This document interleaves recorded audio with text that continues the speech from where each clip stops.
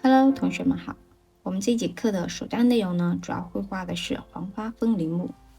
另外呢，整体的内容当中，我们可以搭配上一只黄色的小狗以及琵琶。那首先呢，我们调一个比较亮丽的黄色，对花朵进行铺色。在调色的过程当中呢，我们可以适当的加入柠檬黄或者呢是棕黄色。在铺色的同时呢，也可以进行一些留白的处理，不需要把整朵花呢给铺得非常的饱满。适当的留出一些空隙，可以让花朵呢看起来更加的透气。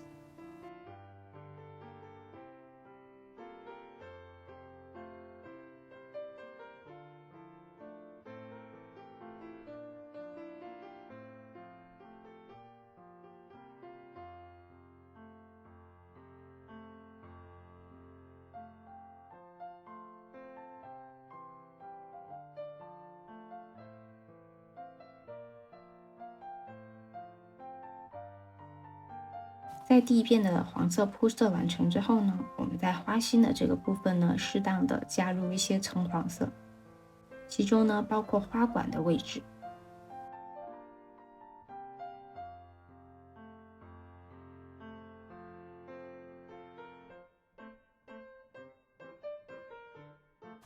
黄花风铃木呢，它属于一种落叶的乔木，高呢可达到5米。它的花冠呈金黄色漏斗形，看起来呢有点像风铃的形状，分为5列，非常的好看。黄花风铃木的花季呢，大概是3到4月份，先开花，然后才开始长叶子。所以在花季的时候，我们看到的就是满树金黄色的花朵。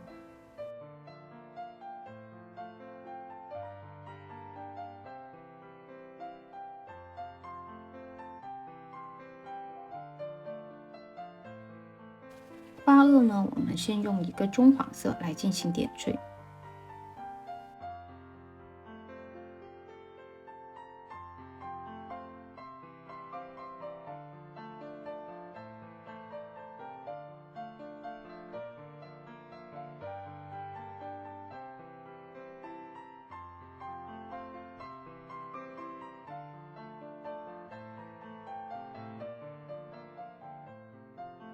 在干了之后呢，我们可以用一些棕褐色来增加阴影。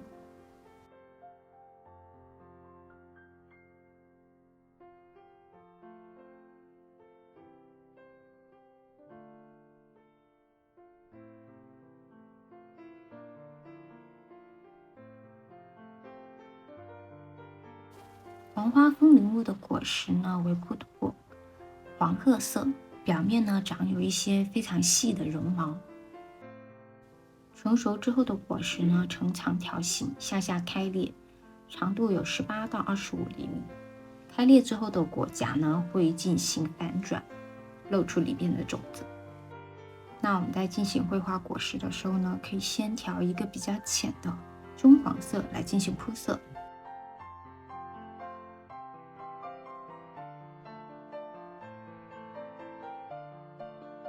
在靠近果实下半部分的地方呢，我们可以适当的添加一点橄榄绿。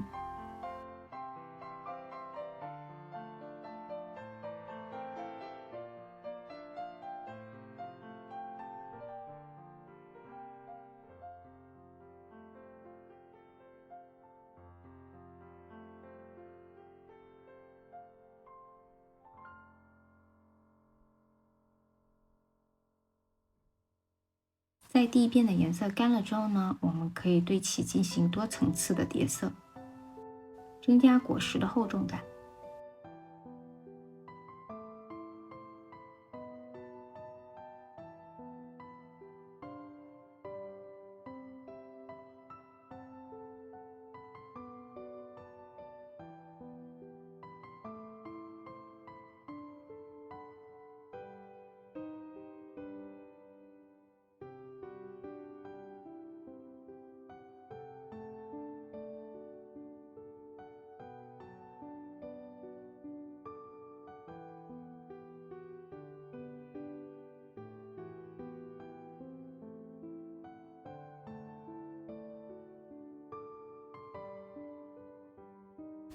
用黄绿色呢绘画出新长的小绿芽。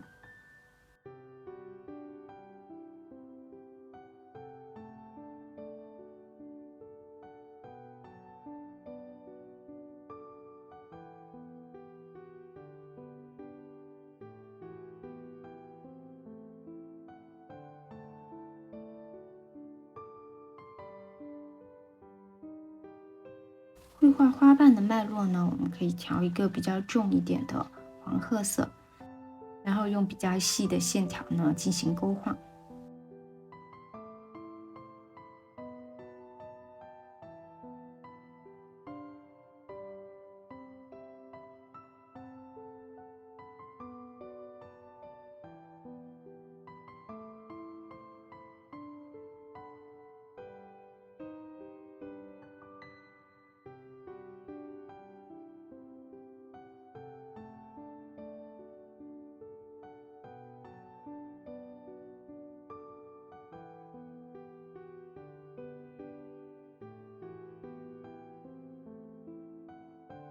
适当的用中黄色呢，在花瓣上做一些点缀。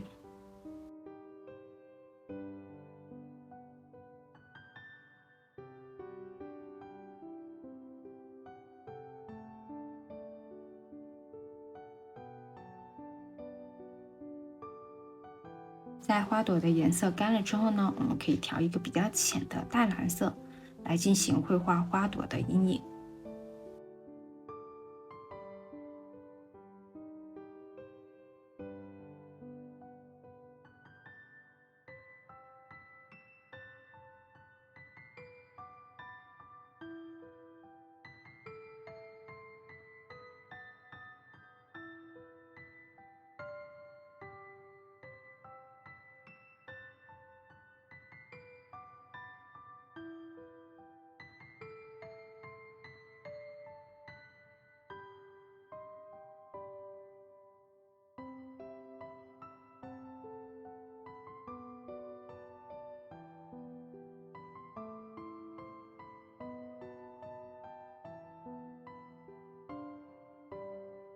接下来呢，我们来绘画黄色的枇杷果。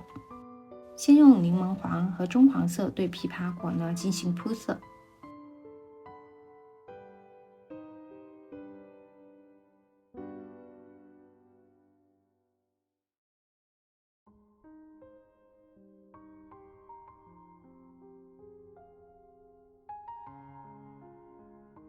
在黄色里边呢，稍微添加一点褐色，来绘画阴影的部分。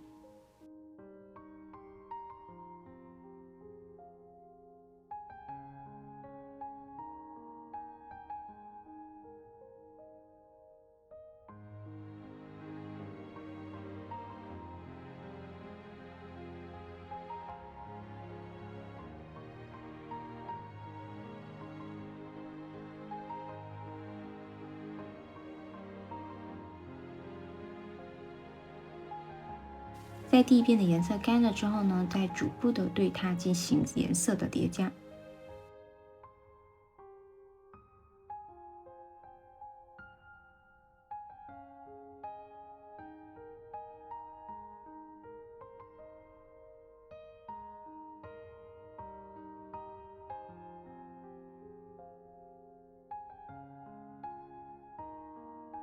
在绘画一整组果实的时候呢，我们通常都会选择几个果实添加一点点的绿色，让果实呢看起来有点生涩。也可以选择几个果实呢加入一些红色或者呢是橘色，让果实看起来更加的成熟一点。这些呢都可以根据你画面的需求呢来进行调节。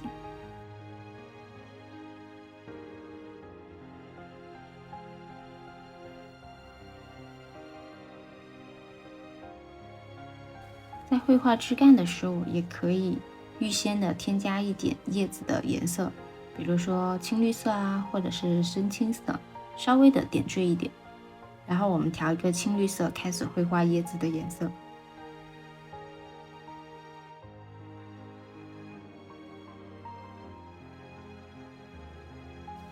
同样的，在叶尖的部分，我们用一个黄绿色呢来进行表现。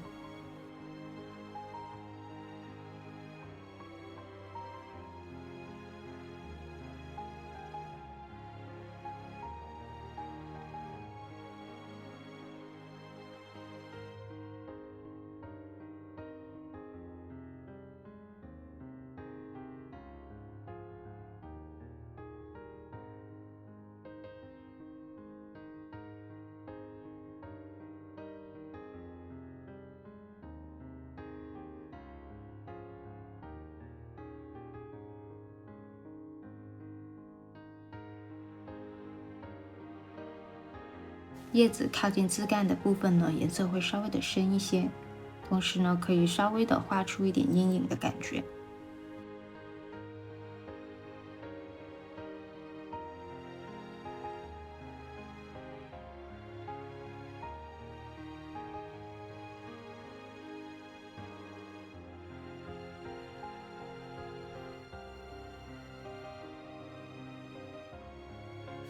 然后我们继续用一个棕黄色来进行修饰果实的阴影。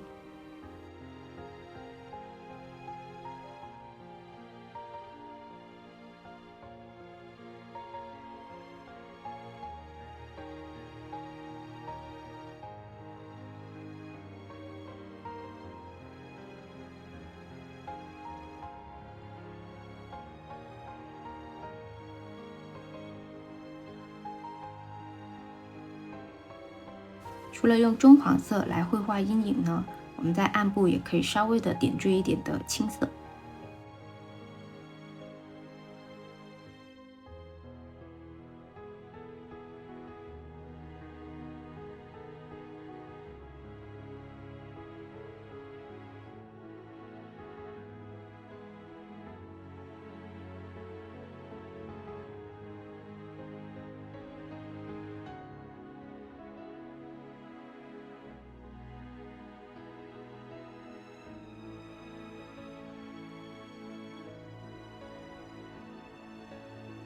那叶子呢，也可以进一步的进行叠色修饰一下。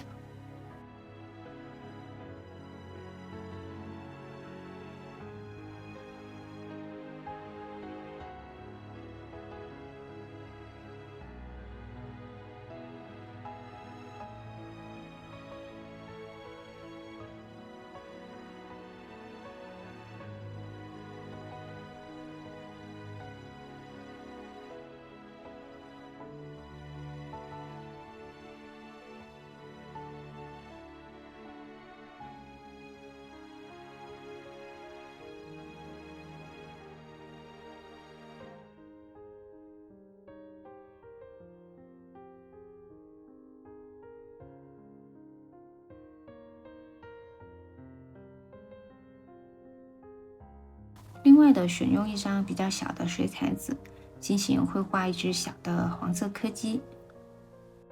单独的将动物绘画出来呢，也可以更好的在我们后期进行一个拼贴的处理。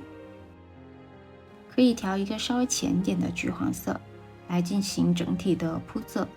注意在嘴部还有腹部的这个地方呢，我们可以适当的进行一些留白。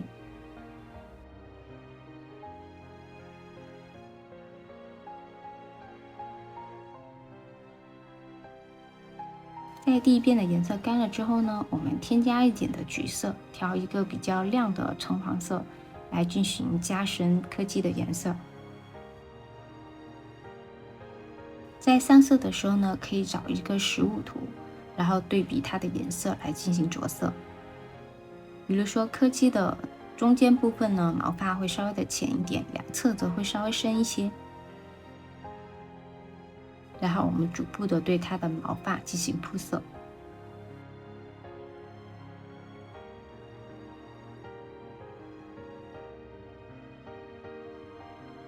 可以适当的一点点叠加，增加颜色。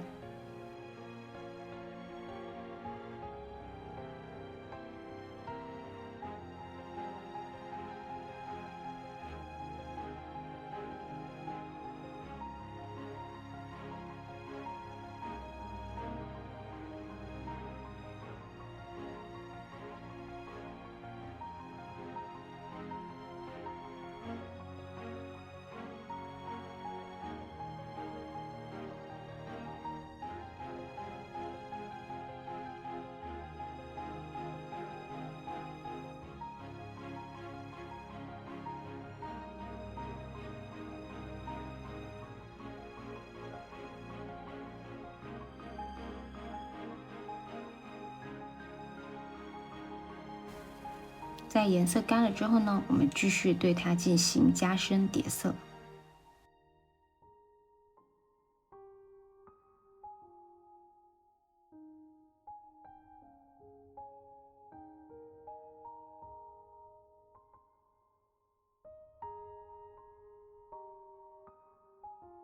可以用比较小、短促的线条来进行点缀，画出它的毛发。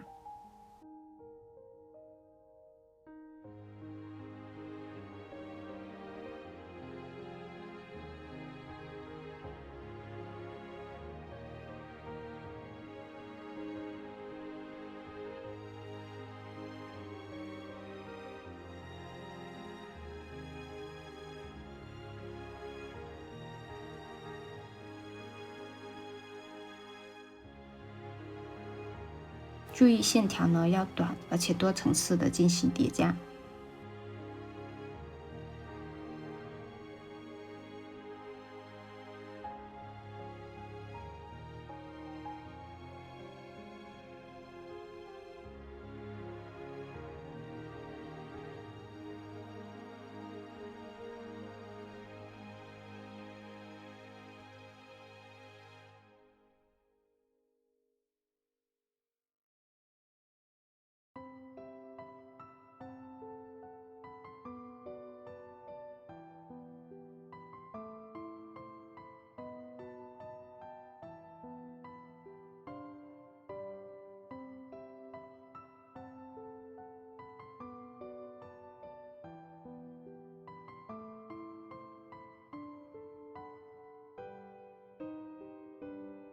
在耳朵还有鼻子的周围，包括嘴巴的这个地方呢，我们可以稍微用一点淡的红色来进行点缀一下，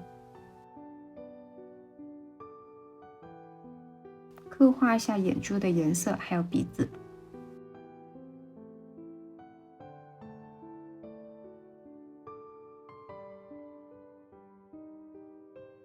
先用一个浅蓝色绘画眼珠的颜色，然后在上半部分呢，稍微的点缀一点灰色。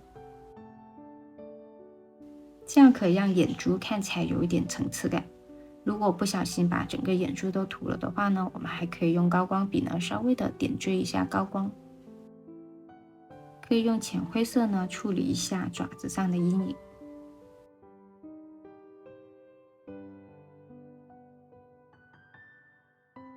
好了，那小狗呢，我们现在就绘画完成了。接下来我们再开始对它进行整体的拼贴处理。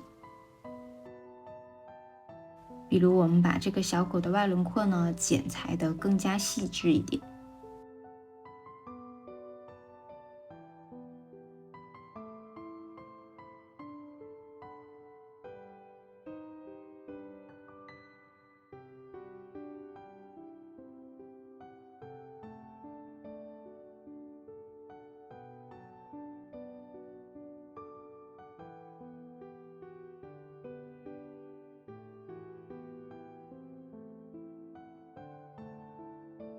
然后用素材纸还有过期的邮票呢，可以在背面呢做一些点缀。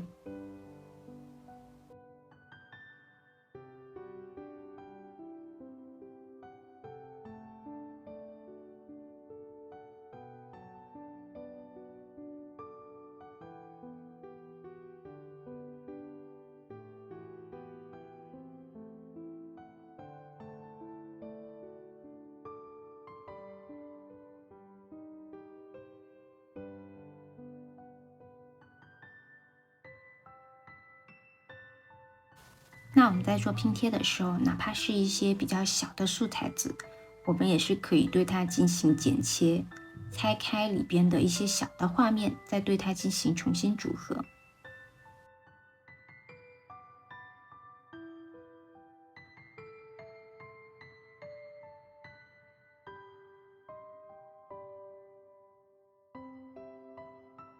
包括一些比较好看的大型一点的素材纸，我们也是可以将它们撕出我们想要的一些图案，然后再开始进行拼贴。在粘贴之前呢，我们也是可以多摆放几次，然后选择你比较满意的一种摆法，再将它们呢粘贴起来。